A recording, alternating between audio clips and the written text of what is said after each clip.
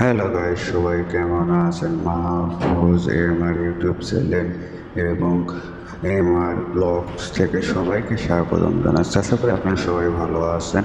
অনেক সুন্দর একটা ওয়েদারে ভিডিওটা করেছিলাম কুয়াকাটা থেকে নাটোরের উদ্দেশ্যে যাওয়ার সময় এই ভিডিওটা করেছিলাম। সামনের গাড়িটাকে কখনোই ওভারটেক করতে পারছিলাম না। সাইডে ওভার পাশ থেকে গাড়ি আসে, অনেক চাপ ছিল, এই জন্য ওভারটেক করতে পারছিলাম না। দেখতে পাচ্ছেন দুই সারি সারি সারি গাছ, রোদের আলো, বিকেলে পরন্ত বিকেলে অনেক ভালো লাগছিল আবহাওয়াটা, তাই আপনাদের মাঝে তুলে ধরলাম।